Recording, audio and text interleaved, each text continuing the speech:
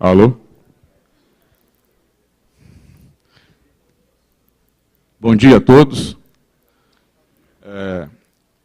Bom, me foi dado a honra de apresentar o primeiro plenarista do CBA, e eu vou aproveitar que estou em Minas Gerais, hein, Ronaldo, para contar um pequeno caos antes da apresentação formal. Pode ser?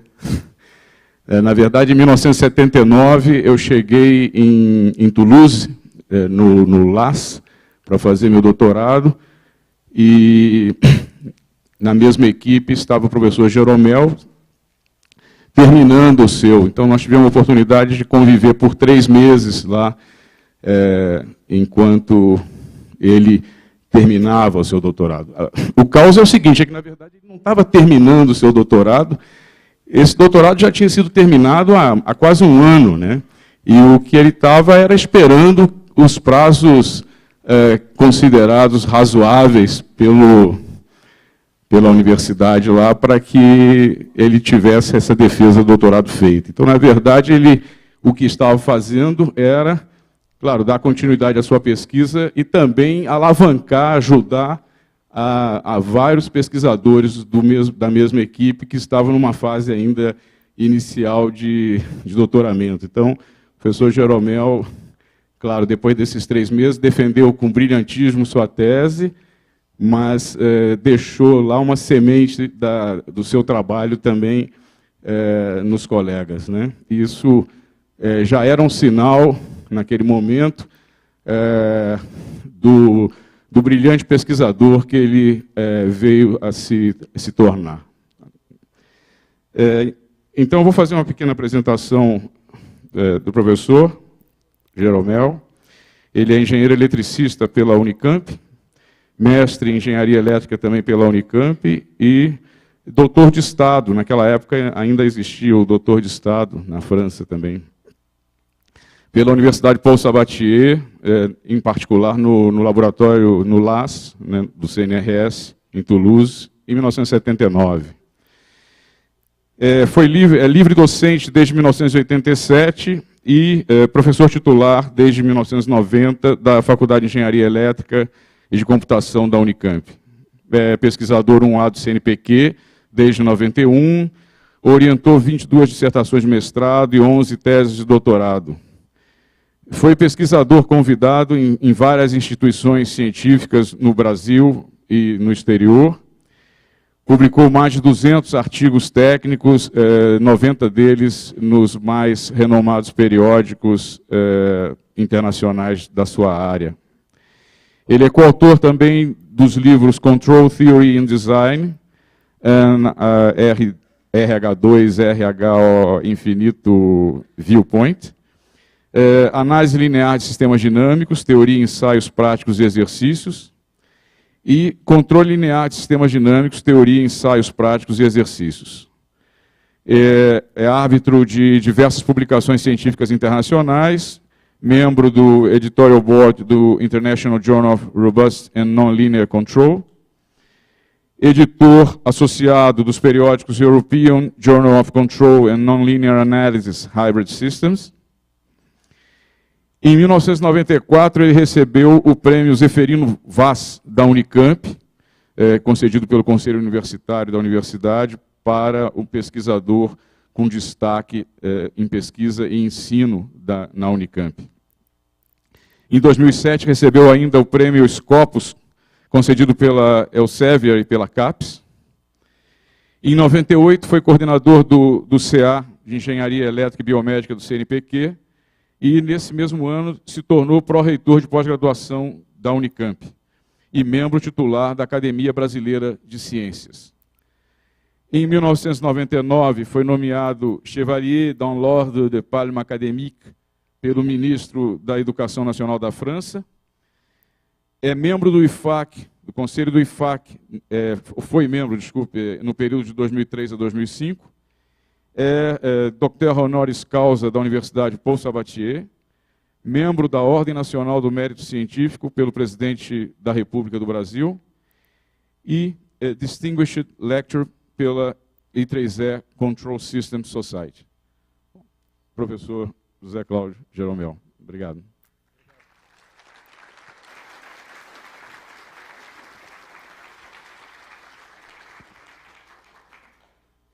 obrigado, professor Cury, pelas generosas, eu diria mesmo, generosíssimas palavras sobre tudo o que ocorreu nos últimos anos, nos últimos já bastante anos. É um prazer estar aqui e ter a possibilidade de ver muitos colegas de escolas de engenharia, de universidades do nosso país, muitos alunos de pós-graduação, mestrado, doutorado, de graduação mesmo, que tenho certeza que aqui estão começando a se preocupar com a ciência que produzimos no nosso país, para no futuro efetivamente contribuir para consolidá-la ainda mais. Bom, eu gostaria de tratar aqui de um tema que é um tema que me parece terá impacto bastante significativo no futuro próximo. Eu vou falar de sistemas de controle, mas sistemas de controle que atuam nas plantas através da rede. E que, nesse sentido, é necessário levar em conta a dinâmica própria desse meio. Vamos falar um pouco de análise, projeto e aplicação prática, mas sempre olhando para algo que é a rede. Os sinais de controle atuam através da rede, as medidas passam através da rede e, eventualmente, são assim modificados. Então, vamos começar pela introdução.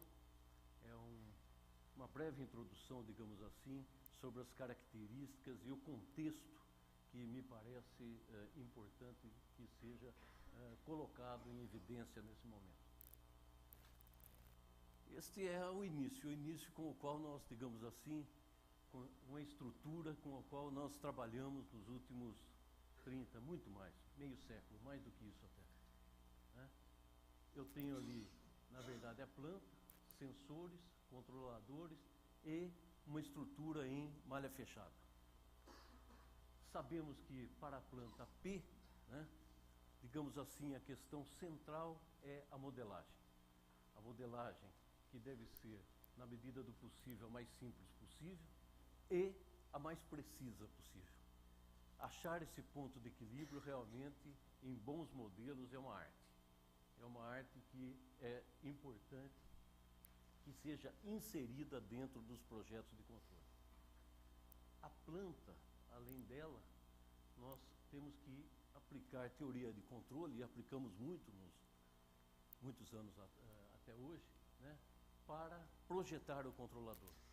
Aqui, por exemplo, podemos mencionar toda a parte de projetar controladores através, por exemplo, controladores ótimos que calculam e minimizam ou otimizam um determinado critério de desempenho em malha aberta, né, através do princípio do mínimo de Pontryagin, ou indo um pouco mais além, né, resolvendo as equações de Hamilton, Jacob e Bellman, né, para calcular uma estrutura em malha fechada.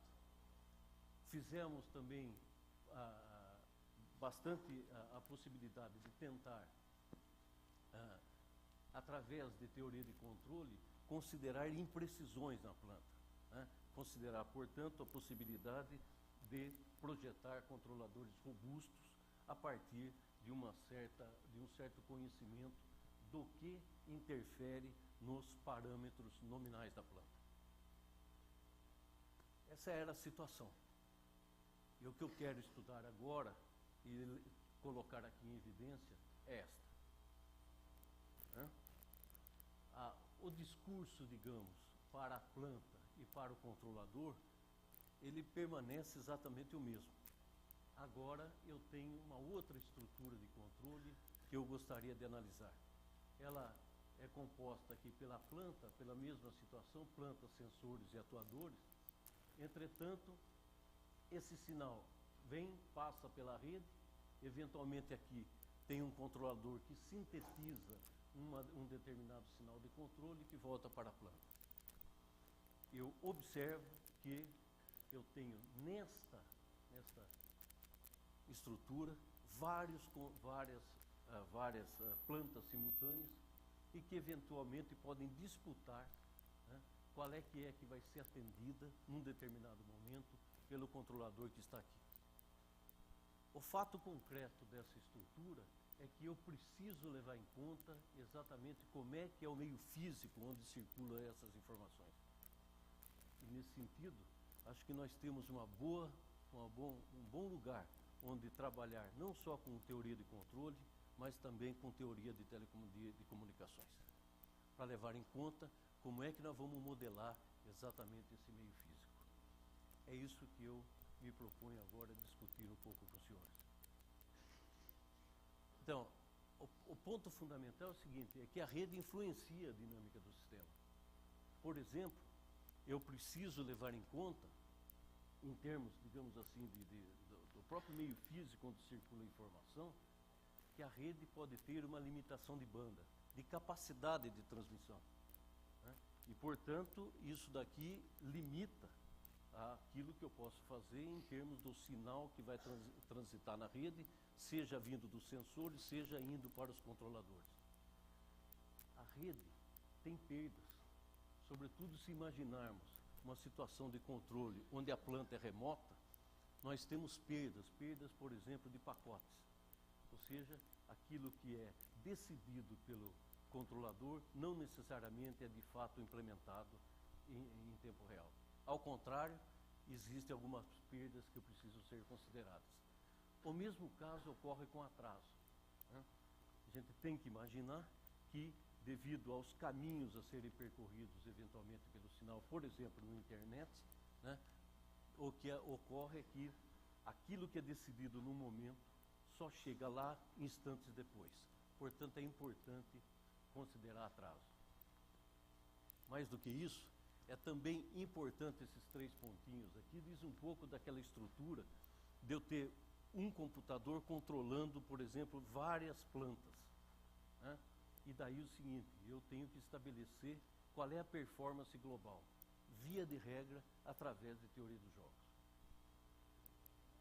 Agora, qual é a questão fundamental aqui quando a gente leva em conta a rede?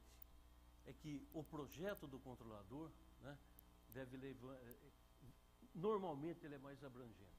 Ele tem que ser mais abrangente para levar em conta, digamos assim, a priori na etapa de projeto, exatamente como a rede se comporta. Por exemplo, perdas de pacote é exatamente um fenômeno essencialmente estocástico.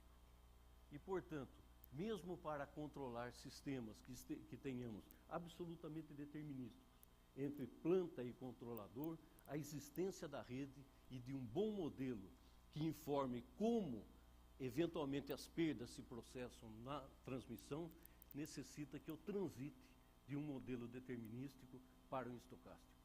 E, portanto, a gente pode ter, digamos assim, que tratar problemas um pouco mais abrangentes daquilo do que a gente faz. Eu preciso, nesse momento, introduzir umas poucas notações. Então, K maiúsculo é o conjunto formado pelos N primeiros números positivos, inteiros. N maiúsculo é exatamente o conjunto dos naturais. O conjunto L2 nada mais é que o conjunto das funções quadraticamente integráveis, ou seja, a integral do quadrado de 0 a infinito é finito. A notação TK elevado a menos significa, claro, limite à esquerda. E eu vou dizer aqui que uma matriz real quadrada é Hurwitz estável se os seus autovalores estiverem localizados no semiplano esquerdo. E vou dizer que uma matriz quadrada real é Schur estável se os seus autovalores estiverem situados dentro do círculo unitário.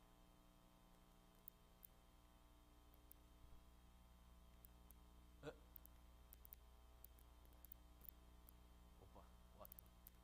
Está vendo? Foi um erro da rede.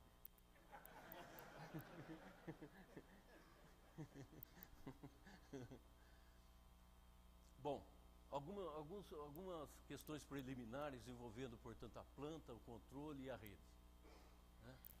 Veja, eu quero tratar aqui exatamente de colocar a questão dentro da seguinte perspectiva. Os modelos serão o mais simples possíveis, portanto, sistemas lineares e invariantes no tempo. Eu quero discutir outro aspecto da questão. Mais do que isso, ao introduzir a rede de transmissão, eu vou me permitir colocar como possibilidade de que todos os problemas que trataremos aqui serão tratados por condições necessárias e suficientes. E sempre as soluções ótimas serão alcançadas. Ou seja, foi exatamente o que foi feito, por exemplo, para os problemas linear quadrático, para o problema de H2 e H infinito, no contexto clássico. Então, o nosso sistema, a planta P, é um sistema linear multivariável, x é a variável de estado, x0 é a sua condição inicial, U é a variável de controle, E é exatamente a perturbação exógena, que depois nós vamos eventualmente selecioná-la, e Z é exatamente o que? A saída controlada. Controlada através da ação de U. Essa é a planta. Portanto, nenhuma dificuldade para tratá-la. Ops.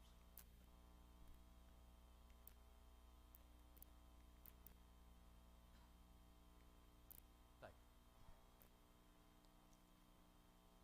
Vamos tratar do controle agora. O que acontece com o controle? Eu preciso modelar o canal de comunicação através de um operador R. O sinal transmitido f de t, ao ser transmitido, passa pela rede e chega lá, R aplicado a f de t. Este é o sinal recebido. E, portanto, se eu tiver numa situação, que é essa que nós vamos tratar aqui, de realimentação de estado, o que acontece é que eu meço x de t, o estado, transmito, recebo R, implemento através do controlador e mando para a planta. Na verdade, este é o resultado da ação do controle através da rede. É preciso, portanto, que a gente possa discutir um pouco a respeito desse operador R. Está aqui. O primeiro é o seguinte, muito comum em tratamento de sinais através de meios físicos, é limitação de banda. Ou seja, os sinais são transmitidos com uma frequência máxima 1 sobre t. T é um valor, eu não vou dizer período, porque ele logo não vai ser constante, mas é a distância, veja, se eu imaginar que a distância temporal entre as amostras sucessivas eu colho as amostras em TK e TK mais 1, então T maiúsculo K, esta quantidade aqui, tem que ser maior, igual a um limitante inferior. Ou seja, a frequência com que eu coleto e envio os dados, ela é limitada superiormente pelo valor 1 sobre t. O que faz? Eu, portanto, transmito digitalmente pela rede esses valores e vou assumir como reconstituí-lo para implementá-lo. A reconstituição se dará através de um segurador de ordem zero, que é a situação bastante simples, é a mais simples possível. Vocês verão que o problema já é suficientemente complicado sobre alguns aspectos. Então, R aplicado ao sinal que foi transmitido, mantém o sinal constante a partir da última amostra até receber a próxima. Esse operador, portanto, é um operador que nós conhecemos bastante bem, que é muito estudado no âmbito de sistemas de controle amostrados. Perda de pacote a gente poderia resumir dessa forma aqui, né? Quer dizer, ao transmitir o sinal, uma boa modelagem para o que recebemos é que eu tenho um ganho, e este ganho depende constitui, na verdade, um sistema markoviano, a saltos, né? Normalmente dá para modelar a rede como algo que funciona bem ou funciona mal. Por exemplo, o sistema markoviano com 2 estados. Existem hoje modelos mais elaborados, por exemplo, com 3 estados, onde divide o sistema funcionando mal de 2 maneiras diversas. Mas, de qualquer forma, eu tenho aqui, então, basicamente um ganho, que é um ganho que depende de uma estrutura de saltos markovianos. Cito aqui também, aproveito para citar este livro, um livro recente, bastante interessante, excelente livro que foi produzido por 3 professores aqui da nossa comunidade. Portanto, aí o modelo obtido se insere exatamente no controle estocástico. E, finalmente, o atraso. O atraso, na verdade, é o seguinte: o sinal parte de R e o que recebe é um sinal atrasado. Aqui existe uma pequena dificuldade de análise em função do fato de que esta quantidade tal de T, o atraso, ele é variante no tempo, porque normalmente, por exemplo, quando eu posso fazer a transmissão de dados e dados que percorrem caminhos diferentes, isso daqui, para cada instante de tempo, depende ele próprio do tempo. Podemos estudar esse tipo de problema, né? Entretanto, uma escolha particular de tal de T é esta. Observe, se eu colocar este valor aqui, aqui vai dar exatamente f de tk. Se eu tivesse o tk mais 1, ou seja, a próxima medida ocorrer a uma distância, né, limitada da anterior, de fato esse problema, esse ômega é um conjunto limitado. Tratar este tipo especial, muito especial, de atraso variante no tempo, foi feito recentemente, né? E isso daqui, portanto, coloca dentro do contexto que estamos estudando o caso anterior, né, de limitação de banda, como um caso particular desse. A dificuldade aqui é o seguinte, é que a derivada de tal no tempo, obviamente, dá 1. Não dá estritamente menor do que 1. Portanto, trabalhar com esse tipo de sistemas com atraso é algo que merece uma atenção especial. Ele sai um pouquinho fora daquilo que a gente está normalmente tratando. Controle H2. Então, controle, vamos imaginar aqui umas situações de índice de desempenho. Os índices de desempenho que eu vou tratar são os índices de desempenho clássicos. Então, primeiro, o H2, o que significa? A partir de condições iniciais nulas, eu aplico na entrada do meu sistema, em cada canal de entrada de perturbação, um impulso. Isso corresponde a dar um salto nas condições iniciais. Então, eu tenho várias condições iniciais e calculo a integral ao quadrado da saída. Esta integral dependerá da ação do controle. E isto daqui, a soma de todos esses efeitos, me dá a norma H2. A norma H infinito é algo assim: eu injeto no meu sistema uma certa função, uma certa trajetória em L2, coleto a saída e faço essa relação. Norma de Z ao quadrado dividido por norma de W ao quadrado. Certo? E minimizo o limitante superior. Sabendo que o mínimo do limitante superior, na verdade, é o máximo valor da relação, o que vai acontecer é o seguinte: eu vou ter que calcular o W de pior caso, que nós convencionamos dizer que isso daqui é um índice de desempenho do tipo H infinito. E aqui, por favor, eu preciso salientar o seguinte: está aqui em vermelho, está aqui uma pergunta: W passa pela rede? Vocês vão ver que essa pergunta é muito importante e é muito difícil de responder. Se eu não passo pela rede, o que acontece? E quando eu passo pela rede, o que vai acontecer? Vocês verão a diferença. Mas isso, obviamente, se passar pela rede, eu tenho que, por exemplo, no caso que a gente está, por exemplo, no caso de limitação de banda, significa que o W vai ser constante por partes. E, portanto, eu estou restringindo o conjunto L2.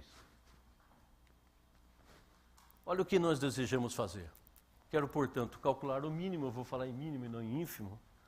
Em todos os problemas aqui, isso é absolutamente equivalente. Eu quero arrumar um controlador C que resolve esse problema. Alfa pode ser 2 ou infinito.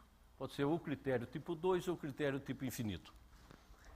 E U maiúsculo define os sinais factíveis que sofrem os efeitos da rede. Este é o problema de controle ótimo que nós temos que enfrentar. Agora, é importante a estratégia de solução. A estratégia de solução é a que a gente adota normalmente em otimização. Qual é? Eu redefino a função objetiva eliminando a restrição. Se puder, via dualidade. Se for possível, via penalização. Nós vamos fazer aqui uma terceira via. Esse é o objetivo, é resolver esse tipo de problema.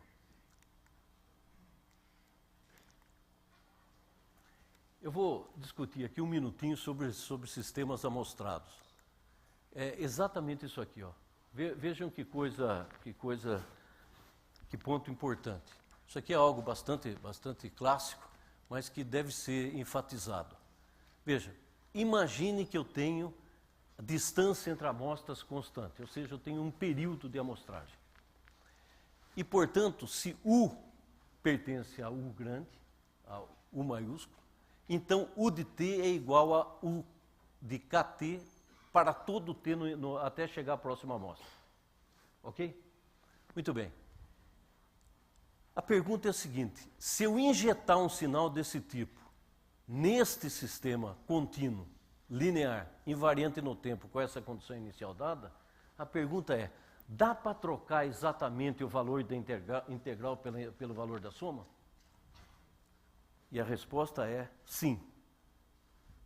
Mas, infelizmente, nem sempre. Eu quero fazer isso daqui, ó. Será que é possível? Como eu consigo definir esses sinais aqui? Por uma sequência de valores, U de TK, que eu vou chamar de UK, está aqui embaixo. A pergunta é a seguinte: será que dá para achar AD, BD, CD e DD, matrizes, de tal forma que esta quantidade aqui, a soma dos quadrados da saída, dê exatamente o valor da integral? Essa questão é, então, é sim. E devido a esta equação fundamental. Essa equação é interessante. Veja, colete na matriz F essa matriz AB00. Uma matriz desse tipo aqui, a exponencial de FT sempre será desse tipo. Vai ter, mesmo que aqui no lugar do T maiúsculo tiver um T qualquer, vai ter uma matriz aqui, aqui vai ter zero e aqui vai ter sempre identidade. Devido a esse 0 e 0 aqui. Ocorre, portanto, que, observem, se a segunda variável aqui, U de T, vai ser exatamente igual a hora que eu colocar este valor em T aqui vai dar 0i. Portanto, automaticamente aquela equação impõe que U de T seja constante durante todo o intervalo entre dois instantes de amostragem. Isso aqui, portanto, gera toda a solução x de T, U de T, no intervalo entre duas amostras, a partir do valor do estado e do controle no início do período. Ora, é claro o seguinte: eu, portanto, substituo isso na integral e acho exatamente aquela igualdade. Para isso, então, eu preciso definir AD, BD, como seja a partir dessa exponencial calculada em T, e fazer essa integral aqui e achar CD e DD. Tenho, portanto, vou voltar aqui, ó. Tenho, portanto, um sistema discreto equivalente. O que eu posso fazer com isso? Dado que o contínuo e o discreto são absolutamente idênticos, olha lá como é que eu vou resolver o problema de controle H2. Então, o problema de controle H2 com a limitação de banda nada mais é que um problema de cálculo e minimização de norma de um sistema discreto equivalente, que eu sei que a solução ótima é uma solução linear em relação à realimentação de estado, dado pela solução da equação de Riccati discreta e com o correspondente ganho. A solução, portanto, é essa. Eu transitei de um problema, digamos assim, com restrição, para um problema sem restrição nenhuma e que eu sei calcular de maneira fechada. Entretanto, para que eu pudesse fazer isso, foi necessário calcular o sistema discreto equivalente. Mas nem sempre isso é verdade. Por exemplo, neste caso não é verdade. E é fácil entender por quê, dentro do seguinte contexto. Imaginem agora que a perturbação atua no sistema a partir de condições iniciais nulas. Tem uma perturbação em L2. A equação fundamental agora se torna assim. Olha o que acontece ali. Tem um valor W de t em vermelho que faz com que o seguinte, x de t ou de t, não é mais possível determiná-los só a partir do que ocorre no início do período. Aqui entra tudo o que ocorre durante o período.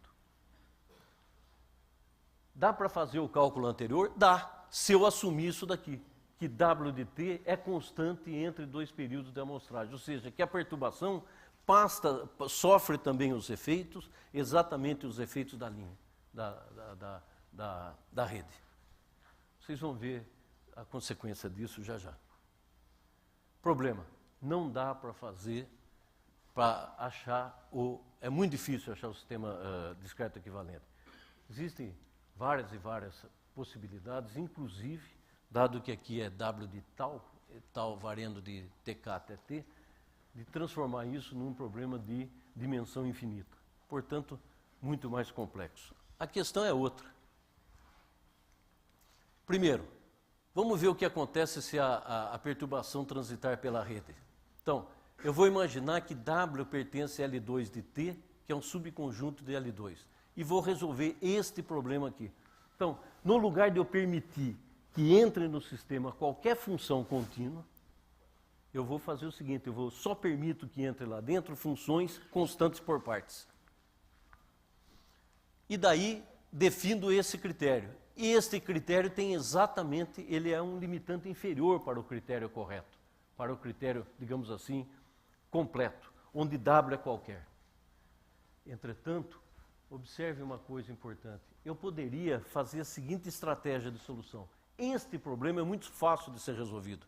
Isso daqui, de novo, para ele eu posso definir um problema discreto equivalente e resolvê-lo através de uma equação de Riccati do tipo H infinito no mundo discreto. Esse aqui é muito mais difícil. Então eu vou adotar a seguinte estratégia. Eu calculo o ótimo para esse problema e aplico no critério verdadeiro. Inventei, portanto, uma solução subótima. E vocês verão que eu inventei uma solução subótima extremamente ruim. O que ocorre é que eu começo, ao resolver esse problema, eu especializo o controlador digamos assim, a olhar exatamente o que ocorre nos instantes de amostragem. Ele não olha o que ocorre fora do instante de amostragem. E é exatamente ali que a perturbação se aplica e destrói exatamente a otimalidade. Eu já vou mostrar já com um exemplo. A pergunta, portanto, é se existem problemas que nós não conseguimos definir um sistema discreto equivalente, como tratar ambos os casos e outros? Por exemplo, sistemas com saltos markovianos e limitação de banda. Como tratar sistemas com saltos markovianos se a gente quer, por exemplo, implementar um controle digital? Parece que a resposta está nos sistemas híbridos e numa coisa que de muitos e muito tempo, problema com duas condições de contorno. Nós vamos conversar aqui um pouco exatamente sobre o princípio de otimalidade de Bellman, para fazer discretização de maneira exata, sem aproximações. Então, eu só queria conversar um minutinho a respeito do que é um sistema híbrido e dentro de qual contexto nós vamos utilizá-lo. Vamos de novo, observe que coisa interessante. Eu tenho aqui, de novo, um sistema linear, período de amostragem T constante e realimentação de estado. Então, se U tem limitação de banda, U de T é dessa forma, tá certo? É uma constante, um ganho, vezes X de TK, que permanece fixo durante todo o intervalo até a próxima amostra chegar. Olha o que é um sistema híbrido. Observe, eu tenho uma equação diferencial aqui, uma saída, e tenho algo aqui que salta. Quando T chega a TK-, imagine TK- é um valor decidido, né, fixo, ele chegou pela esquerda TK-, e ele salta. salta através desse ganho aqui. E ele tem o valor da variável de estado imediatamente após. E daí entra em ação a equação diferencial. A equação diferencial se desenvolve a partir daquele instante até que ocorra um novo salto. E daí vai, certo? Como é que estuda a estabilidade disso? Como é que se calcula as várias condições, controle H2 ou critério H2, H infinito? Isso que nós vamos discutir um pouquinho. Observe que coisa aqui, ó. Se a gente interpretar xi como sendo xu, olha a primeira equação, ó. X ponto igual a AX mais BU mais EW. É a nossa primeira equação. A segunda dá ZX mais DU. É a segunda. Observe o que acontece aqui, ó. X, a primeira componente em TK, é igual a X em TK menos. Significa o quê? Que eu estou impondo, através do meu sistema híbrido, que a solução dele, através da primeira componente do estado, x, seja contínua. E o segundo, U de TK é igual a quanto? Lx de TK menos. Mas x de TK menos é igual a x de TK. Então isso daqui dá U de TK igual a Lx de TK. Não é isto. A não ser que levemos em conta a segunda equação aqui. O que diz a segunda equação? Que U ponto é igual a zero. Portanto, ele é constante durante todo o período. Observe que coisa. Significa o seguinte, o processo dinâmico de salto no sistema híbrido corresponde exatamente ao processo do segurador de ordem, da amostragem com o segurador de ordem zero nos sistemas amostrados. E agora nós vamos trabalhar um pouco sobre isso. Então, aquilo lá é um caso particular deste. Ó. Então, o sistema híbrido, condição inicial zero, uma equação diferencial, LTI, a saída e o salto. Ok? Eu me permito, por favor, voltar aqui e lembrar que este L em azul é exatamente a componente de controle, o ganho de controle. Nesse mundo aqui de sistemas híbridos, o controle controla exatamente como o salto se dá.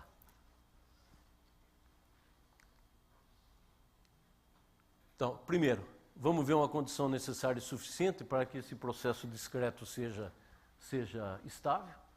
Ele é que comanda o sistema contínuo será estável se e somente se esse discreto for estável, e eu vou avaliar os custos. Esse é o primeiro resultado, observe. Olha, imagine essa equação diferencial aqui, matricial, linear, equação do tipo Lyapunov. E eu imagino aqui eu tenho uma condição inicial P0 e uma condição final P de T. Ok? Eu resolvo isso daqui com a P0 e obtenho o P de T. Se eu conseguir achar um P0 que seja menor do que uma matriz S definida positiva a menos 1, se for possível achar essa S, e que, ao resolver essa equação, eu tenho um P de T que seja maior do que essa quantidade, que também depende de S. Se eu achar, portanto, S, parto daqui, chego aqui, então, duas conclusões. Esta é uma condição necessária e suficiente para que esse sistema híbrido seja assintoticamente estável. Ele converge para zero. E segundo, levando em conta os saltos, o valor J2, ou seja, a norma 2 dele, é menor do que este traço. Portanto, o seguinte, como é que eu faço para calcular isso? Eu vou simplesmente resolver essa equação e colocar aqui. E obtenho de novo, observe, a matriz H, aquela exponencial e aquela integral. Como isso aqui é sempre maior ou igual a zero, por construção, isso daqui é exatamente, essa é definida positiva, isso daqui é uma desigualdade de Lyapunov para esta matriz. Portanto, o sistema será, com salto, será assintoticamente estável, se e somente se H elevado a Ft for Schur estável. E mais do que isso, fazendo algumas manipulações com determinante aqui, a gente vê exatamente que isso ocorre. Essa matriz sempre tem M polos na origem, devido exatamente ao processo constante do controle, e tem outros polos que são dados pelo quê? Pelos polos de AD mais BDL. Como a gente viu há poucos instantes, no caso H2, de fato, é esta matriz em malha fechada que comanda o processo do sistema amostrado. E este daqui é o problema H2 a ser resolvido. Observe, isso aqui é convexo? Certamente. Se eu escrever S-1, dar um outro nome para essa matriz, aqui eu tenho uma restrição tipo LMI, aqui linear. Portanto, esse problema é convexo. Resolver em S é fácil. Então, dado o ganho calcular o valor do desempenho, é um problema convexo. A pergunta que se faz, continua convexo se eu quiser determinar o ganho? E a resposta, sim, continua. Já já a gente vê isso. Portanto, é o seguinte, eu consigo com isso gerar a solução ótima. Agora, o interessante, o J infinito agora aqui, sistemas H infinito, não tem nenhuma, a estrutura de resultados é absolutamente a mesma. Se eu conseguir resolver essa equação diferencial, de tal forma, com S, que tenha P de 0 menor do que S-1 e P de T maior do que isso, então o custo H infinito é menor do que gama, ao quadrado, este daqui. Observe, se gama eu coloco aqui, há uma dificuldade, que eliminem esse termo aqui, como a gente fez há pouco, no caso anterior. Isso daqui era uma equação diferencial linear, que eu podia resolver.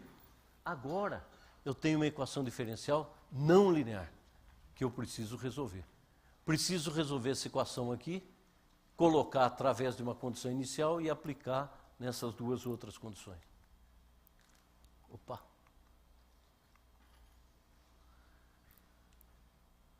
Aquela equação diferencial de Lyapunov, ela tem, de Riccati, ela tem uma solução P de T no intervalo 0T grande, C e somente C, esta equação discreta, algébrica de Riccati, olha, admitir uma solução.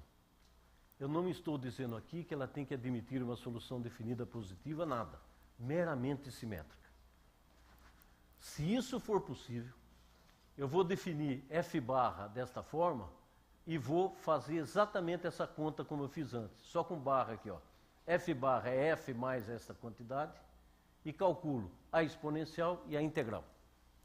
Ok? Só que não para a F, mas para uma outra matriz. E novamente, a gente começa a fazer umas contas.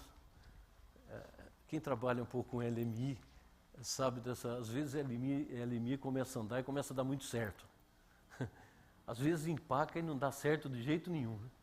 Mas às vezes as fatorações ocorrem e, portanto, dá para resolver a equação de Riccati não linear diferencial, coloco lá e este é um problema, é o teorema da descrição convexa. Então, o problema de duas condições de contorno H infinito tem solução, se e somente se eu puder resolver, aqui é a matriz Q,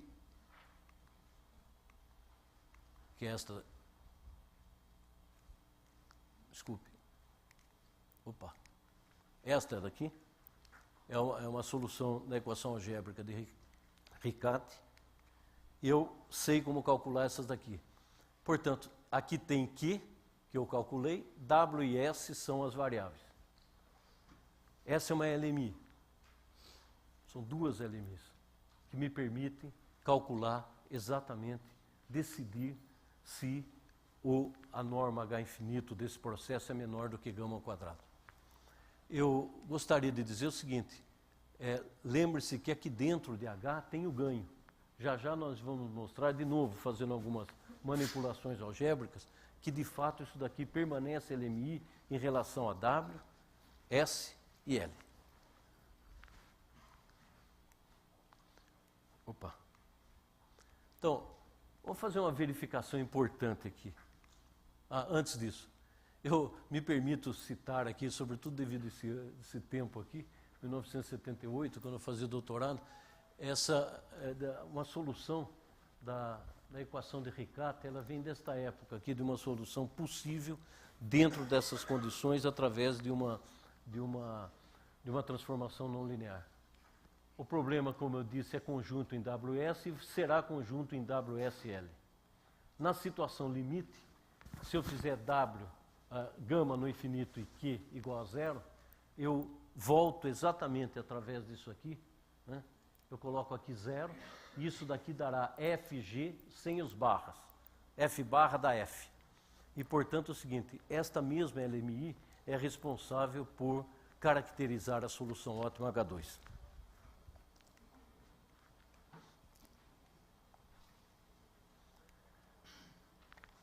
Verificação importante. Vamos ver o que está acontecendo. Imagine que H é igual a identidade. Se H for identidade, não tem salto, porque o valor do estado em TK- é igual ao valor do estado em TK+.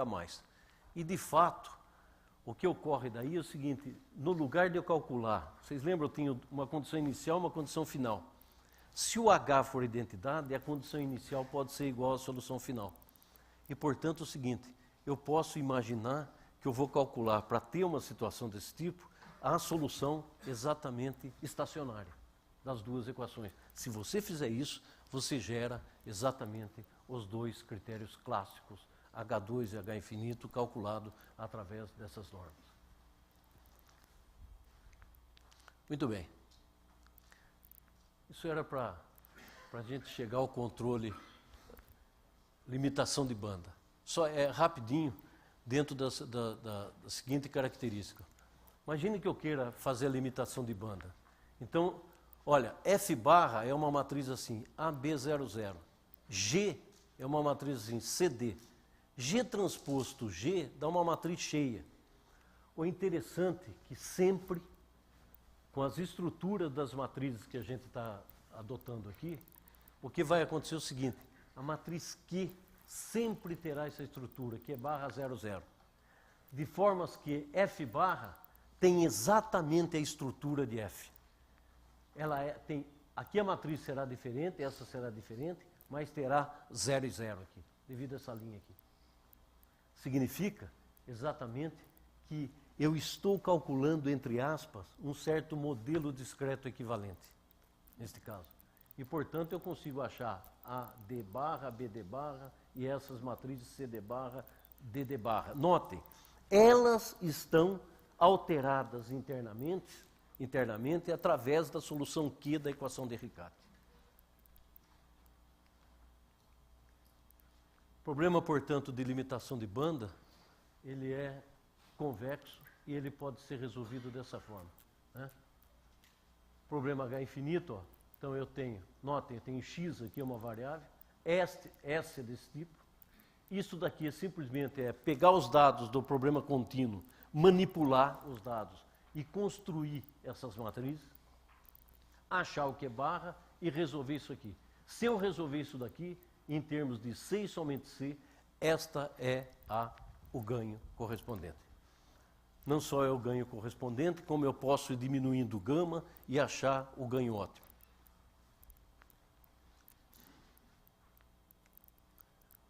Então, o controle ótimo é uma solução desse tipo, onde eu tenho várias restrições, é um problema dado, onde é em S e em todas as variáveis internas S ele é convexo, eu posso diminuir gama e determinar a solução ótima. Gama no infinito e Q igual a 0 implica na solução H2, que é dado por um problema desse tipo, né? Então, observe,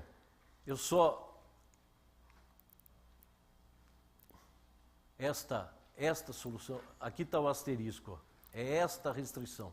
Lembre-se que esta restrição aqui é do tipo LMI, é uma restrição convexa, nas variáveis x, y e z.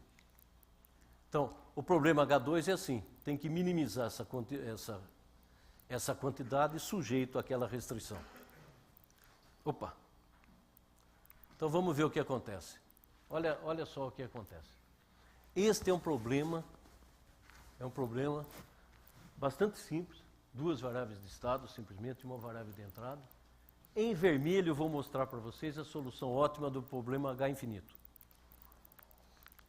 com limitação de banda. Em verde, é a solução ótima do H infinito, mas com a perturbação passando pela rede. E a solução desse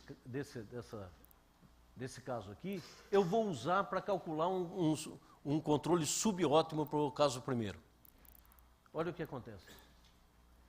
Aqui é T, período de amostragem, e aqui é log 10 de gama.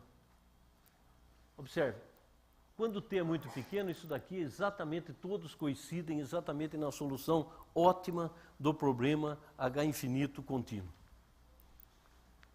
Vamos pegar um ponto aqui. Primeiro, vocês veem essas raias aqui, existem valores de T, né, que são valores, digamos assim, problemáticos nesta área, e que, de fato, é o seguinte, o sistema e controlabilidade, estabilizabilidade, na verdade, nem mesmo dá para estabilizar. Esses pontos aqui, na verdade, é o seguinte, a solução do problema malha fechada coincide com a solução em malha aberta. O sistema em malha aberta é instável. Agora, olha a solução em vermelho. Esta é a solução ótima H infinito. Para cada valor de T, por exemplo, para T igual a 2, eu tenho exatamente o log de gama ótimo é 1,5. Ok? Agora, imagine o seguinte, se eu passar a perturbação pela rede, eu posso achar uma solução ótima quando aqui o log dá 1. Bem melhor. Agora, se eu pegar essa solução e calcular o critério verdadeiro associado a ela, dá um número muito grande. Ou seja, essa solução que é ótima para o limitante inferior é um desastre para o sistema real. O que acontece é o seguinte, é que eu estou considerando só os instantes de amostragem, eu, digamos, protegi os sistemas nos instantes de amostragem e não pensei no resto. A perturbação foi lá, de pior caso, é exatamente entre os instantes de amostragem. E acontece isso daqui. Uma última palavra, para quem lembra da Dantzig-Wolff, dos métodos de otimização, só para fazer uma pequena recordação aqui. Imagine que eu tenho um instante de amostragem que varia no tempo. Ou seja, eu tenho um instante de amostragem e quero permitir erros no instante de amostragem. Só que eu sei que para um T fixo, a restrição nesse problema aqui é uma restrição convexa. Eu acabei de provar isso. Que tal... Agora, imaginemos então que TK varia num determinado conjunto. O que eu faço? E T é uma variável escalar. Qual que é uma boa estratégia de solução desse problema? Então, eu quero solucionar o problema H2, permitindo com que... É um problema robusto. T pode variar. Eu escolho um T qualquer do início, por exemplo, do intervalo, resolvo o problema. E verifico se ele satisfaz todo o intervalo. Se a restrição permanece factível para todo T. Isso é um problema de busca unidimensional. Se a resposta for sim, a solução é ótima. Se a resposta for não, eu gero uma nova restrição. A linearização ali está entre aspas, porque é uma convexificação. Eu gero uma outra restrição e coloco lá no meu sistema e resolvo de novo. E o processo converge sempre para a solução ótima, se a solução ótima for existir e for limitada. Por exemplo, para esse sistema de segunda ordem, bastante simples, este T aqui varia entre 0 e π sobre 25. Isso é um exemplo da literatura. Usando condições suficientes, bastante complexas, essa referência aqui, ela calcula esse ganho para ir da gama igual a 24. A solução ótima é 1, aproximadamente. Então, pode-se ganhar bastante com esta análise que está sendo feita. Finalmente, queria aqui também alertá-los para um outro problema que eu acho que é importante. Veja, no caso de eu querer colocar limitação de banda junto com perdas de pacotes, nós temos que trabalhar com um sistema desse tipo estocástico, onde θ define uma saltos marcovianos, com essas probabilidades lambda e j. Eu lembro que lambda e j são valores maiores ou iguais a zero para i diferente de j, e lambda e i é normalmente menor, sempre menor ou igual a zero, mas normalmente estritamente menor que zero, porque é a soma de cada linha da matriz de probabilidade. Se eu agora calcular normas a partir da esperança matemática, a pergunta, como é que eu faço para trabalhar com um sistema discreto equivalente aqui? Este é outro caso que é impossível. Por quê? Porque o tempo t entre duas amostras eu vou considerar completamente independente do processo marcoviano. Portanto, entre duas amostras, o θ, o modo do sistema varia. Esse sistema é essencialmente um sistema variante no tempo. Mesmo assim, passamos pelo mundo dos sistemas híbridos e, de novo, tenho que definir todo o salto. θ de k é exatamente a variável que vai saltar. Este θ de k é um processo aleatório e eu quero agora implementar esta lei de controle. Mas aí, de novo, os mesmos resultados se aplicam. Eu posso, se eu resolver este problema com duas condições de contorno, só que agora com esta matriz, com esta equação diferencial, então o sistema ele será estável no sentido média quadrática e eu terei exatamente este custo H2. Se eu colocar a lambda tudo zero, eu caio exatamente no caso anterior. Mas isto daqui sintetiza exatamente a necessidade de calcular de novo as matrizes SI definidas positivas. Portanto, a gente tem que resolver esse problema e calcular essas matrizes SI. De novo, a gente faz uma pequena, isso é bastante conhecido nesta área, faz uma pequena coisa que, como o lambda I é negativo, eu coloco ele dentro do F. Como o que sobra aqui são os lambda IJ maiores ou iguais a zero, eu coloco dentro de G.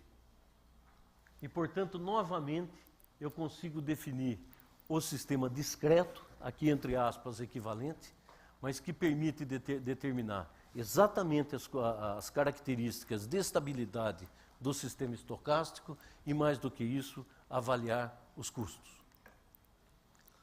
Aqui está a solução para o problema que estamos considerando, limitação de banda e perdas de pacote. E é bom considerar duas coisas. Primeiro, aqui, ao manipular essas matrizes e manipular esses problemas, eu tenho que resolver N equações acopladas de Lyapunov e, portanto, essas N equações são, bom, claro, elas são acopladas, mas são desacopladas na hora que eu vou calcular exatamente o ganho ótimo. Não há dificuldade, as equações são um pouco mais complicadas, mas não há dificuldade, em princípio, para que a gente ataque o problema de H infinito. Agora, atacar o problema com atraso é outra questão bastante complexa aqui nesse ponto. Ou seja, se eu quiser, além de levar em conta limitação de banda, perda de pacote e atraso, aí a dificuldade aqui é que eu posso fazer as esperanças matemáticas, etc., envolvidas, mas é muito mais difícil, porque eu vou perder certamente aqui o caráter marcoviano da solução. Vamos ver uma aplicação prática de tudo isso. Bem simples. Isso é um pêndulo invertido. Né? Um pêndulo invertido onde eu atuo uma força horizontal U sobre o carrinho e quero equilibrar o pêndulo. Ele parte de uma solução, por exemplo, a 45 graus. É claro que se eu passar muito tempo e não fizer nada, o pêndulo cai. Então, certamente a limitação de banda é algo que nesse ponto aqui ele é bastante dura, né? É severa. Ali estão as equações e O θ V exatamente é simplesmente para pegar a referência em relação à vertical. Né? Então o problema é esse, eu quero movimentar o carrinho. Aí, resolvendo esses dados numéricos estão aqui, e resolvendo o problema H2, para t igual a 500 milissegundos, você tem exatamente este ganho, e este daqui é exatamente o valor do critério mínimo. Agora, a gente faz o seguinte, olha, aqui eu tenho 500 milissegundos, vamos permitir que ele varie entre 300 e 700. Né? Ou seja, 40% para cima e para baixo. E tem que segurar o pêndulo, tem que levantar o pêndulo para a vertical. Né? Agora, o mesmo ganho não resolve mais esse problema. Ele não consegue mais. Se eu aplicar o mesmo ganho sobre o sistema e, por exemplo, o T ficar em, sei lá, em 400 milissegundos ou 600, não dá. Ele não equilibra o carrinho. O ganho é outro. Este daqui é a solução ótima daquele problema e o ganho é 370. Vejam, o ganho, digamos, a energia para transitar das condições iniciais até o ponto de equilíbrio, isso daqui é praticamente mais do que 2 vezes. E daí dá para fazer alguma simulação. Veja, isso daqui, o carrinho está parado e está em 45 graus. Certo? 45 graus aqui, daqui menos 45 graus. Esse azul aqui cheio é exatamente o nominal. Vocês estão vendo? Ele está operando aqui com 500 milissegundos. Então, essa é a ação do controle através daquele ganho de realimentação ótima, fazendo com que eu tenha a cada 500 milissegundos o sistema constante, tendo em vista a existência do segurador de ordem zero. Então está aqui. Isso daqui ele levanta. Agora o interessante é que com outro ganho ocorre o seguinte, agora eu faço um processo que faz o seguinte, eu escolho entre 300 e 700 milissegundos, a cada instante de tempo, depois que ele passa, eu faço um sorteio, através de uma sorteio justo, ou seja, uma função uniforme sorteando entre 30 e 700. Eu faço o sorteio e ao próximo período eu adoto aquele período de amostragem. Faço isso. E faço Monte Carlo, nós fizemos com 2.000 simulações. Aí você dá todas elas dessa área aqui que está aqui embaixo, em um desvio padrão. E de novo o carrinho levanta. Acerta, volta para cima. Aquilo que não acontecia com a solução nominal, acontece com a solução robusta. Tudo isso foi calculado em termos da solução ótima com LMIs. Finalmente, eu gostaria nesse momento, de dizer o seguinte, tudo isso daqui, me parece que tem várias perspectivas futuras que precisam ser abordadas. Em particular, filtragem, por exemplo. Como é que se faz filtros imaginando limitação de bandas e perda de pacotes simultaneamente? É algo que precisa ser considerado. E controle via realimentação de saída? Será que nesse mundo, considerando limitação de pacote, banda, atraso, etc., vale o teorema da separação? Dá para calcular filtros separadamente das ações de controle? Esse é outro aspecto importante. E, finalmente, é o seguinte, consideramos aqui que o período de amostragem possa ter pequenas variações, seja, portanto, uma variável, digamos, que sofre incertezas. Mas será que a gente não poderia considerar o contrário? Que o próprio período de amostragem seja uma variável de controle? E eu decida, a cada instante de tempo, qual é o próximo período de amostragem que eu vou adotar? Isso é possível. A gente tem alguns resultados preliminares e que mostram que isso perfeitamente é possível. Eu só lembro que aqui essas funções de otimização que a gente calculou, vocês se lembram, elas não são continuamente crescentes, né? Elas têm lóbulos assim, e às vezes considerar num determinado instante períodos de amostragem maior, algum maior, pode ser melhor do que aquele que está sendo usado. Portanto, essa questão de envolver o próprio período, o tempo entre duas amostras como uma variável de controle, me parece algo bastante significativo que devemos analisar no tempo futuro. E, finalmente, eu gostaria de concluir essa plenária com agradecimento. Agradeço a presença e a atenção de todos. Muito obrigado.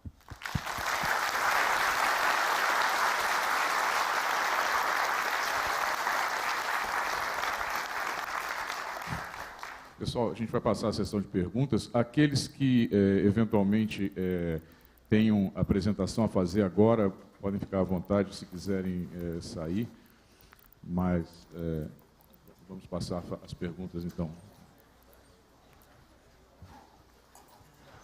Tem uma coisa que eu deveria ter entendido, mas eu não entendi. Qual é o fenômeno que causa a perda de estabilizabilidade? Aqueles picos, né? Onde não fica estabilizado. Uhum. Então, o fenômeno, na verdade... Tá ouvindo? O fenômeno, na verdade, são... Não, acho que está funcionando. Está funcionando? O fenômeno, na verdade, é o seguinte. Existem instantes de amostragem onde os valores numéricos envolvidos acabam fazendo com que as matrizes não consigam mais, as matrizes de Alô? Alô? Veja, existem instantes de amostragem onde você pode ter situações em que os ganhos de realimentação absolutamente não atingem o sistema em malha fechada. Vejam um exemplo. Imagine que você tem um sistema cuja função de transferência é tal que a sua resposta ao impulso seja uma senoide. E que você amostra essa senoide exatamente nos instantes que ela dá zero. Se o x for zero com ganho qualquer, ele sempre permanece em malha aberta. Então esse fenômeno é um fenômeno difícil e que às vezes, nesta situação aqui, ocorre de maneira bastante complexa, ou seja, pode não ser tão simples assim, mas pode ter perda de estabilizabilidade exatamente devido a esse fato. Se o sistema, nesse caso, no senoide, por exemplo, como em malha aberta ele é instável, você calcula a norma H2, não é possível, ela diverge. Questão? No controle em rede, as entidades são tratadas como nós.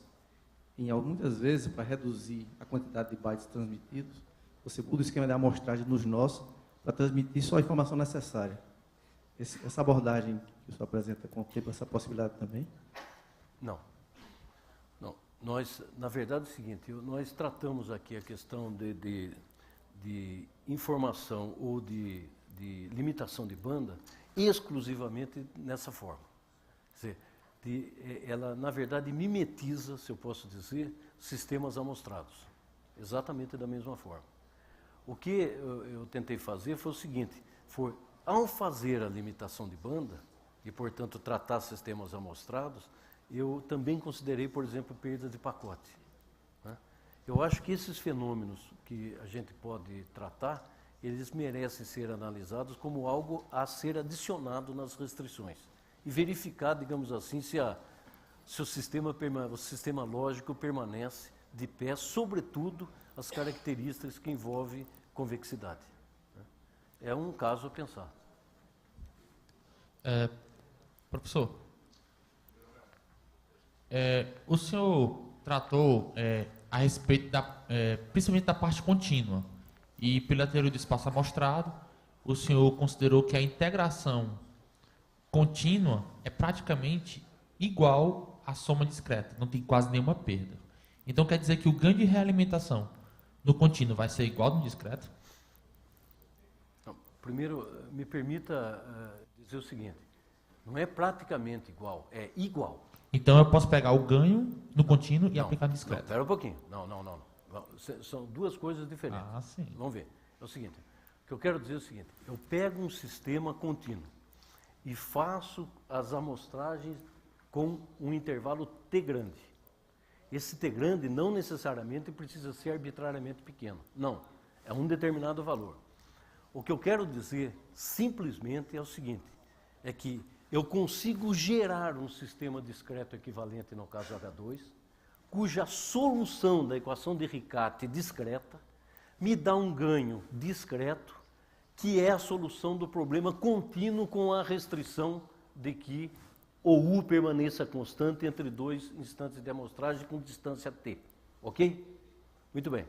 Isso nada tem a ver com a solução ótima da equação de Riccati do sistema contínuo que te dá o ganho ótimo contínuo. Este também dá para obter dessa forma, fazendo T arbitrariamente pequeno. Converge exatamente para lá. Percebeu? Na verdade é o seguinte, quando T é muito pequeno, o contínuo coincide com o discreto. Quando T é muito grande, não tem nada a ver. Mas como é que eu calculo a solução ótima dele? Através do mundo discreto, definindo corretamente o discreto equivalente. Essa é a ideia. O que eu queria salientar, e esse é um ponto, só para não ficar, o que eu gostaria de salientar é que aqui não tem nenhuma aproximação. Nenhuma. Para qualquer valor de T grande, no instante de amostragem, do período de amostragem. Não há nenhuma aproximação.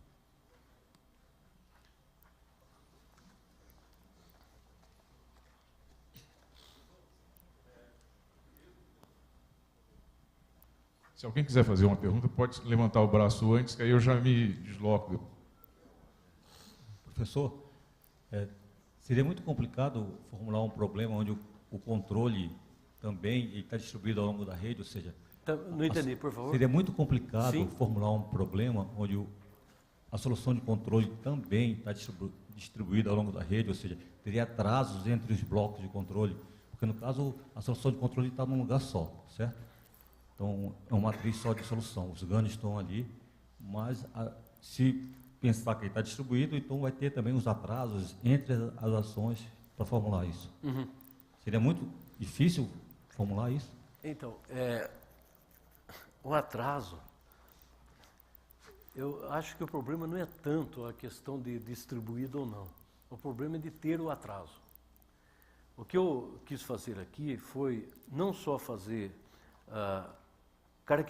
caracterizar os problemas com limitação de banda, mas também com pacotes, com perda de pacotes.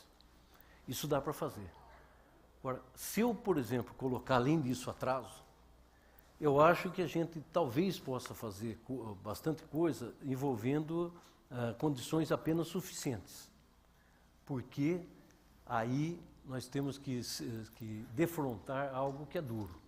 É perder, nesse mundo todo já razoavelmente complicado, o caráter markoviano do processo de salto. E eu não me atrevo, sinceramente, a dizer como envolver mais esse terceiro pedaço nessa história. A não ser que a gente adote, como eu disse, situações que certamente vai perder a otimalidade. Eu queria aqui, nessa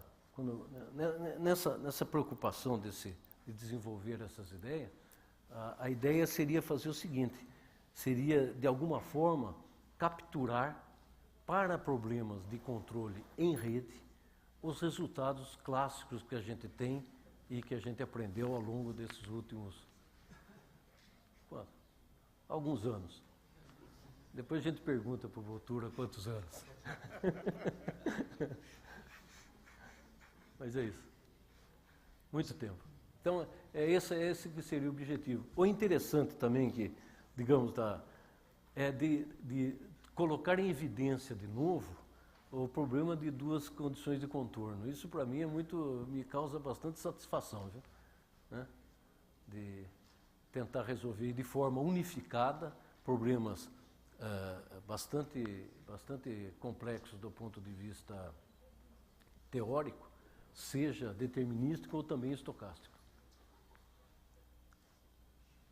Professor Germano, Pois não.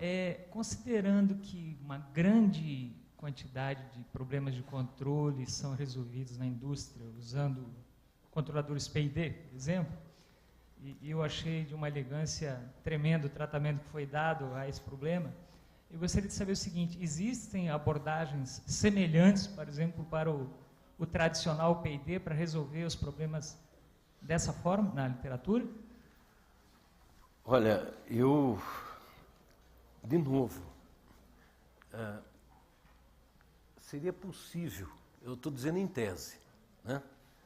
Seria possível tratar problemas de realimentação de saída estáticos, né? Fazer a realimentação de saída e, através disso, certamente, como a gente sabe, em todos os problemas, aqueles que envolvem realimentação estática de saída, vou ter que considerar apenas condições suficientes. Vou, de alguma forma, introduzir alguma restrição adicional que vai perder a otimalidade. Nós sabemos disso. O problema de output feedback estático jamais foi resolvido através de problemas convexos, através de LMI. Jamais. É um problema completamente aberto. Eu estou falando isso porque eu acho que seria possível introduzir um PID nessa estrutura através de um problema desse tipo, com essas consequências que eu estou dizendo, que podem ser duríssimas, né? Ou não, ou pode ter um método de otimização bastante adequado que capture exatamente uma solução, mesmo que subótima, boa.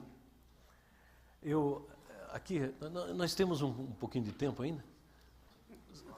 É que eu estou me lembrando de um detalhe que é, aliás, de um detalhe que eu acabo de esquecer.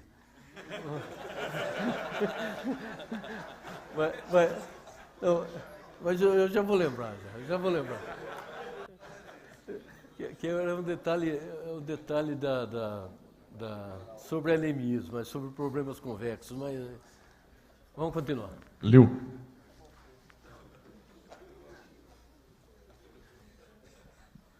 Jeromel, eu sempre fico fascinado com a elegância das suas soluções, mas não sei se eu entendi tudo. No exemplo final, a sua lei ótima, ela é de que classe? Ela é uma lei linear de Estado?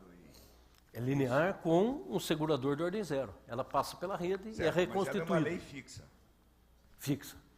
Em todos esses o ganho é fixo. Em todos esses problemas, a otimalidade é restrita a leis de controle fixas. O que é lei de controle fixo?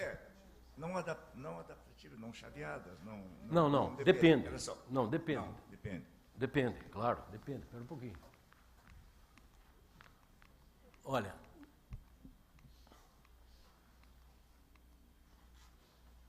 deixa eu só pegar duas coisas aqui.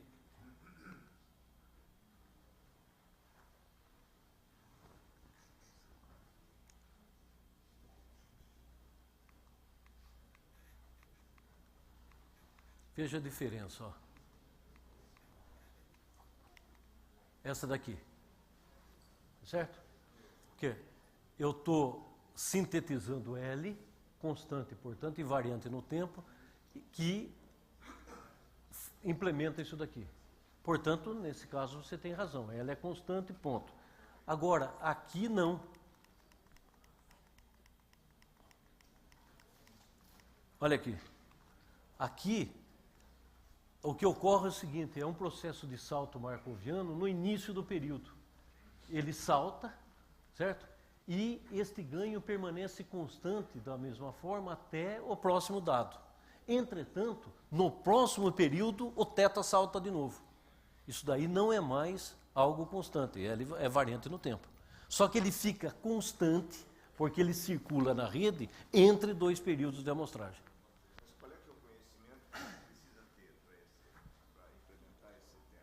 Eu preciso de X e preciso de θ. Eu preciso saber os estados da cadeia. Você precisa saber o θ. Preciso saber os estados da cadeia. Isso é uma coisa possível, viável? Bom, isso é uma pergunta, digamos o seguinte, é uma pergunta a respeito da prática para um teórico, mas eu vou tentar, mas vou tentar responder. Outro dia eu estava exatamente conversando sobre isso, parece que um exemplo bom disso é a própria internet. Porque o protocolo tem essa propriedade, e na verdade é o seguinte, ele permite que você saiba o estado da cadeia, se está funcionando corretamente ou não. Alguém está concordando ali já exatamente. Então me parece que dentro desse contexto de rede, isso talvez não seja, embora no geral isso seja uma restrição muito dura, Certo. no particular me parece que, no caso importante, ela pode sobreviver. Obrigado. Né? Uma maneira, Liu, uma maneira de a gente implementar isso com L, sem conhecer a cadeia, é fazer L constante. É voltar, o que é duríssimo, né?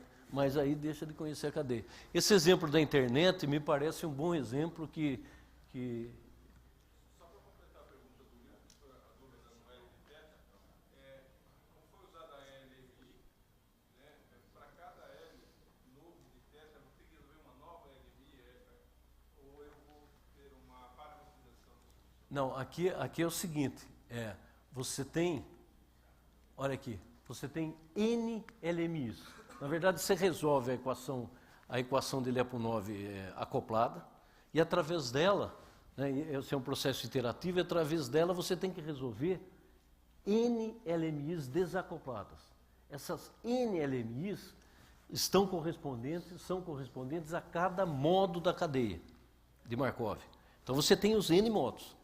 Aí eu sorteei no instante TK, sei quem é o θ é 5, eu vou lá no modo 5 e ele está pronto. Tá certo? Então não tem que fazer isso a todo instante, não. Tem que fazer a priori. Mas é verdade que ele envolve cálculo dos N modos. Alguma pergunta mais? Pois não. Em relação a essa questão da matriz de transição de estados, né, que classes de problemas que você pode considerar aí em relação à obtenção dessa matriz de probabilidades, né, em termos de distribuições, né, Então, obrigado pela pergunta. Ela porque, inclusive, é o seguinte, eu me lembrei do que eu ia falar antes, que era exatamente esse ponto, que era quase isso. É o seguinte, vocês vejam o que ocorre aqui. Tem um detalhe aqui que é muito importante e que é absolutamente surpreendente. Veja, quando eu resolvo uma equação desse tipo, eu até vou, certo? Mesmo que não tenha isso daqui. Quando eu resolvo uma equação desse tipo, eu vou calcular exponenciais, vou calcular a solução de uma equação diferencial, etc. Vocês notam o seguinte, esta equação diferencial não depende de nada a não ser dos parâmetros em malha aberta do sistema. É tudo conhecido, se eu conhecer lambda. Mas vamos supor, por enquanto, que não existe lambda. Se eu quiser colocar algum tipo de restrição, por exemplo, que tem incerteza sobre A, sobre parâmetros da matriz A, que a gente considerou muito tempo, ainda considera. Aqui o problema fica mais complexo, muito mais complexo. Porque eu vou ter que mexer aquelas equações ali, agora tem incertezas. Por enquanto, observe que coisa, se eu fizer, como você perguntou, incerteza sobre lambda, por exemplo, a resposta é absolutamente a mesma. É bastante complexo. A não ser, de novo, se eu abrir mão de otimalidade e trabalhar apenas com condições suficientes. Aí eu faço algo mais duro do que aquilo lá e acho que consigo ainda resolver. Precisa pensar, mas é nesse sentido. Né? Então, está tudo resumido, é gozado, ele está tudo resumido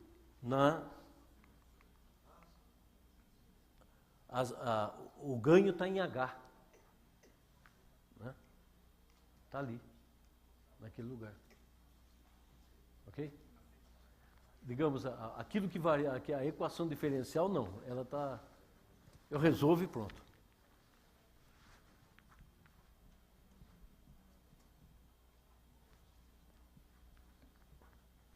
Alguma pergunta a mais?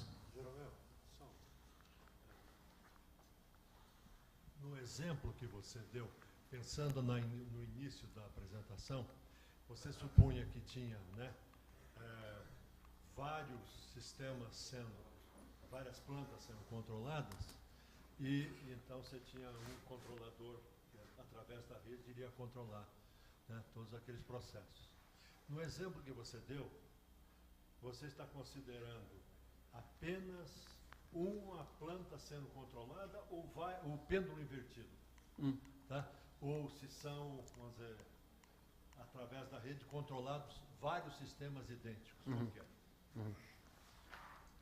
Então, aqui é só um. Só tem um controlador com limitação de banda controlando esse pêndulo. Certo? E eu vou estudando a limitação de banda ou, eventualmente, no caso nominal, no caso robusto, etc. Mas eu estou orientando uma tese de mestrado agora lá, e que faz o seguinte, tem 2 pêndulos na rede e um único controlador. E os 2 pêndulos invertidos, ou seja, é tipo aquela pessoa que está equilibrando o prato, né? Ele equilibra aqui e olha para aquilo lá, daqui a pouco você tem que mexer nisso, não cai.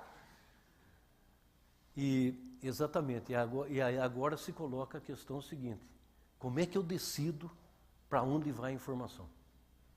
Né? E isso a gente está fazendo a gente conseguiu aplicar, olhando um pouco para Lyapunov, sistemas chaveados, etc., e conseguimos fazer alguma coisa que pode exatamente decidir a respeito desse tipo de aplicação. A gente está fazendo isso, com 2 deles.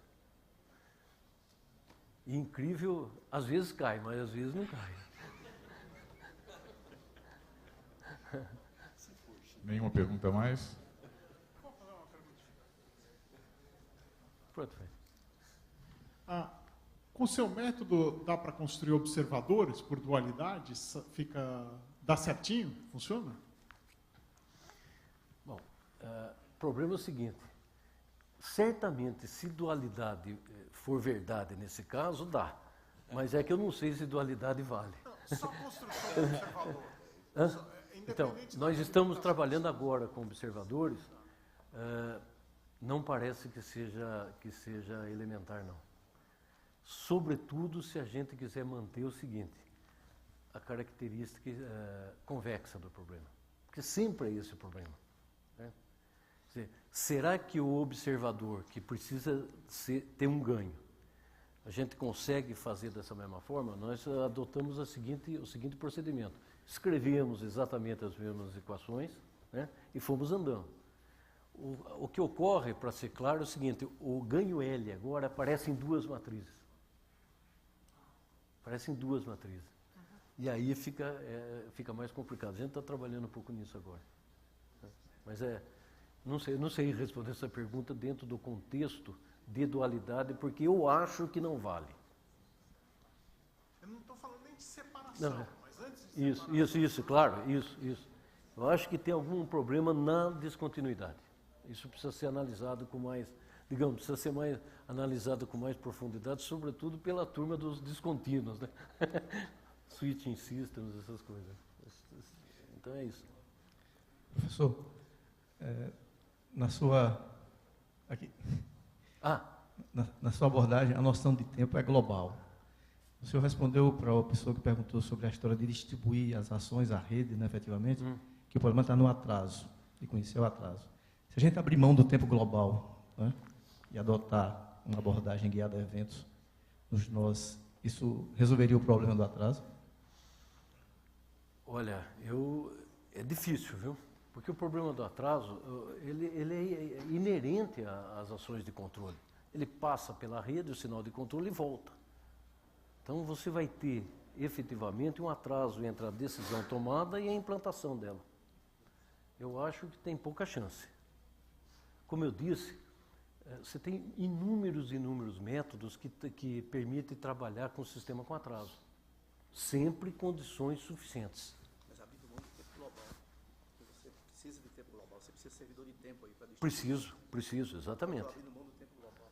Então, eu acho que precisa ver de maneira específica o problema a ser trabalhado. Né? Às vezes a gente tem surpresas extremamente digamos assim, desagradáveis, quando uma matriz está num lugar, depois aparece em outro, etc. Isso aqui é um trabalho quase que de... Quem trabalha com LMI sabe disso bastante, que é um contexto de fatorar, né? E ver se as coisas se encaixam. Isso aqui encaixou bem, vamos ver se vai para frente. Sobretudo, veja outro aspecto aqui, que às vezes causa receio. Essas matrizes aqui, AD, BD, essas coisas aí, dependem de maneira incrivelmente não linear do tempo do T de amostragem. É de uma complexidade imensa. Mas é escalar. T é escalar. E é possível, para T fixo, gerar problemas convexos, né? Então, parece que aquela ideia de linearização externa, que já foi aplicada lá desde os tempos do Dante Zygmunt e coisa parecida, né? Aqui se aplica muito bem, adicionando restrições convexas no problema, né? Então, precisa de ver, e sobretudo é um problema, é o que eu gosto de salientar, é uma questão estrutural mesmo, né? Bom dia, professor Jeromel. Bom dia. O caso LPV também já tem sido estudado, já tem feito alguma coisa nesse sentido, na planta com LPV? Que eu saiba, não. Que eu saiba, não. Não tem nada nesse sentido para sistemas LPV. Como? Acho que sim. Seria muito interessante. Quer dizer, olha, por exemplo, veja que coisa que eu gostaria de salientar aqui. Não sei se o Oswaldo está aqui. Não. Já foi. É o seguinte, por exemplo, eu acho que até agora, até esse momento aqui, não está caracterizado exatamente otimalidade para problemas com saltos marcovianos, sistemas lineares com saltos marcovianos. Eu falei do Oswaldo porque o Oswaldo estudou isso durante muitos anos, tem 2 livros espetaculares nessa área. E o que é importante dizer é o seguinte: o problema de controle ótimo de sistemas com salto marcovianos com amostragem mesmo, amostrando e segurador de ordem zero, ou seja, U pertencente a U, até hoje não foi resolvido. Então, muito provavelmente, as questões de LPV, elas precisam ser colocadas dentro desse contexto. Mais alguma pergunta? Bom, a sessão de perguntas confirma o interesse da apresentação do professor Jeromel, a quem a gente agradece com uma salva de palmas.